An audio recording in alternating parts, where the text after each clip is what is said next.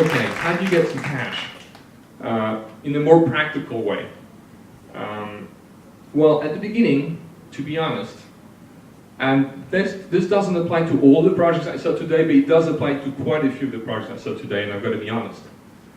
You're friends and family stage. You're not angel stage, you're not VC stage. I'm not saying this to all the projects, but some of the projects, that's the case. So unless you're these guys, you know, you're just going to get friends and family money. And that's fine, because that's going to get you to prototype. So launch something quickly, make it exclusive. Now, one of the comments here was very good, was saying, you know, whenever I see an internet company that starts telling me they need money for marketing, you know, when they're pre-launch, you know, my eyes go over and glaze. He's pretty right. You know, you've got to have, you know, you've got to prove product market fit. You've got to show that your product is a market for it. And right now, online, there are so many ways to make it work. And one simple way is just make it exclusive. You know, it's what Gmail did with email. You know, remember how Gmail launched? Anyone remembers how Gmail launched? Yeah, with the invite system? Now, you needed to get an invite to get in. So, you know, if you could get into Gmail, that was pretty cool.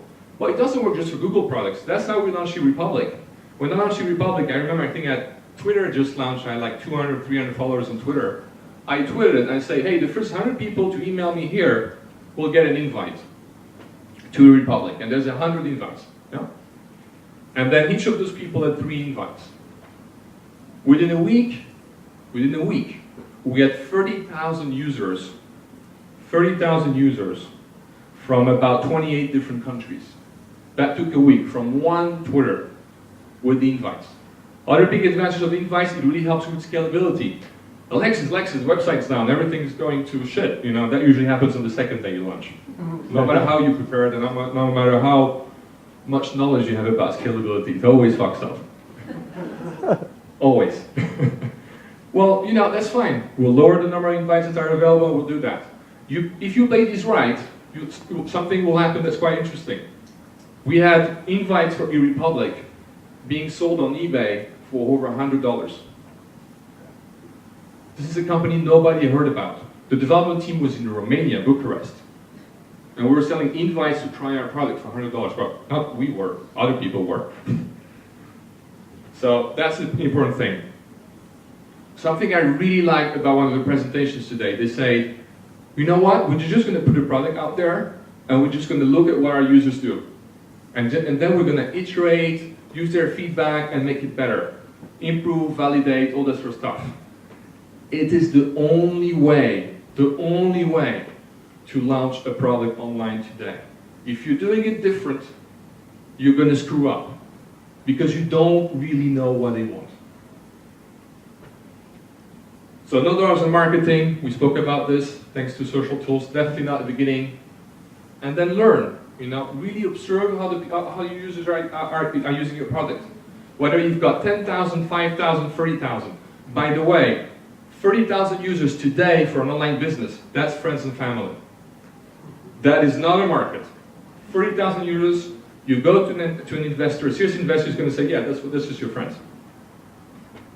100,000, 200,000, a million, okay. 30,000, not a market. So now let's say you've grown a little bit more, you're ready for a full-on public launch, you're out of beta, you're going for angel dollars. One thing, I don't know how many of you are familiar with Twist? One person? Okay, one thing, look online, Twist. It's a show by Jason Kalakinis. He's interviewing several entrepreneurs. There is some really, really good tips if you want to start a business there. I really recommend you watch, not all whole episodes, but you know, watch as many as you can. Competition like this one, key. A question I get asked all the time. I live in Madrid, I live in Bucharest, I live in even Paris, you know, or I live in this town. This is not San Francisco. How do I get noticed? How do people know that I'm joining this company? How do I meet investors? It's very simple. Just do startup competitions. There's tons of them. Tons of them. It will be really good practice for you. It will make you make your pitch better. You'll get great feedback. You'll get great contacts. Do startup competitions. It's easy.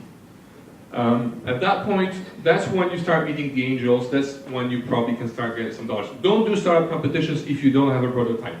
If you don't have a working product, forget it. Timing for the launch? It really depends. I can't help you much there. It depends on what kind of product you have.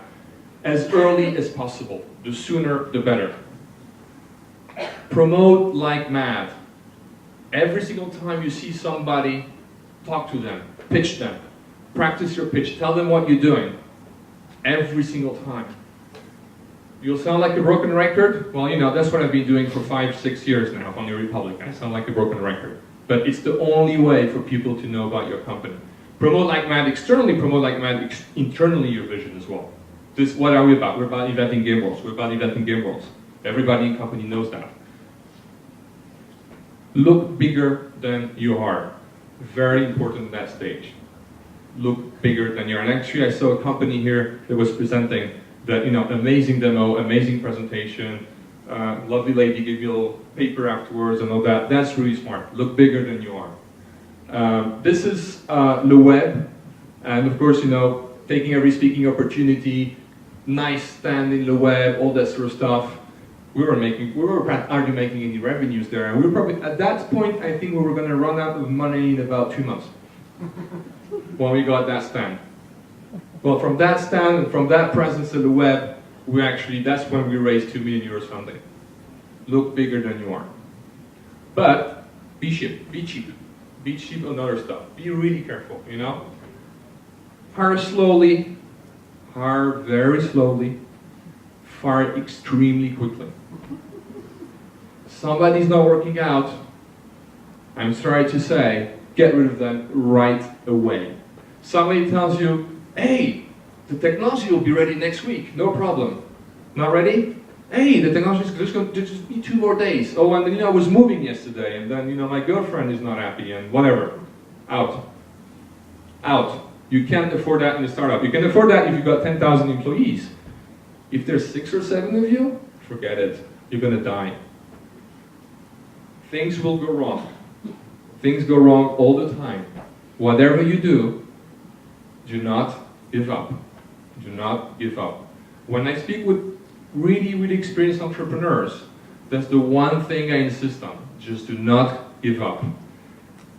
I had 2 moments with Republic Labs where actually I was paying people's salaries on my credit cards. My wife doesn't know this, by the way. Twice. Republic now is a 40% EBITDA margin.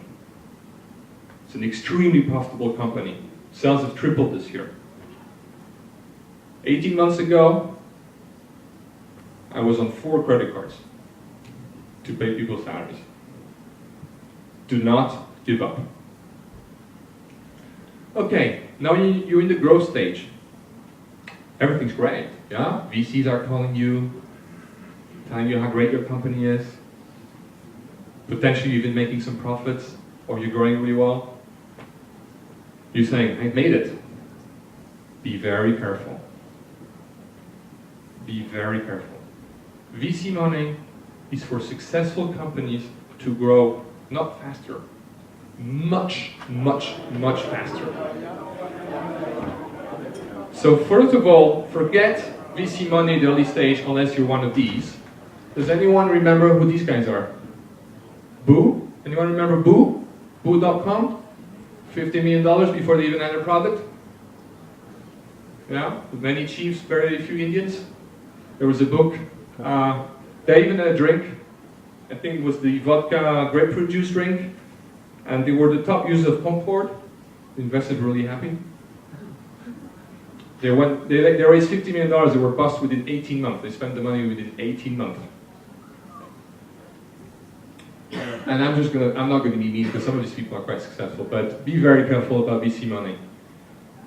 Too little money or too much can kill you. Be careful about the ego trap. Everybody, well, a lot of people I know fall for the TechCrunch trap. TechCrunch loves to report about companies raising money. And a lot of people think, oh, they've raised $20 million, they must be so successful. They're amazing. Yeah, well, great stuff. Now that you've raised $20 million, that means that your exit options are limited to, well, let's say if you don't sell for more than $200 million, it's going to be pretty difficult. How many companies exit for $200 million? Be very careful on this. I'm not saying don't take VC money. I took VC money. but you have to be very careful about what kind of money you're getting and what kind of what kind of company you have. Because the VC's priority, number one, is growth. Number two is profit. Yours? It might not be the same. It depends. Think really hard about it. Be very careful. And at this point, the choices become a lot harder. Every mistake you make can really sort of have a very damaging impact on your company. So focus. You're starting to have maybe here 40 people, 50 people, maybe more. You start to have middle management. You're in dangerous territory. You start doing more and more projects. We actually had to do something with that Read Republic Labs. This is about 18 months ago. We had 50 people then, same number of people we've got now. Nothing was getting done. With a whole layer of middle management, nothing was getting done. We were really in trouble. We let go 20 people. Within a month, the company was running much better and we were getting many more things done. So be careful with that. Want to make your ID big? You guys want to be big? Well, don't do what these guys did. Anyone knows what these guys did? Anyone knows? All of these guys. Don't run out of money. Do not run out of money. Because that's the end. When you run out of money, that's it. No more company. 4 credit cards is a lot. Don't imitate me. Don't do what I did. And if you don't run out of money, you will eventually land on your feet. And you will make it work. If you don't give up, you don't run out of money, you've got the right team, you will make it. You will make it. Have no doubt about it. You will make it. And if you fail, it doesn't matter. It's not a failure. You swing the bat, you tried, you've learned, you start again, and you will make it. Your destiny is really the sum of what you are given and what you do with it. So I wish you all good luck. And if some of you want to get some experience before you start your businesses, we're hiring like crazy right now in Republic. So let me know. And congratulations to everyone for being here, and thanks for listening to me.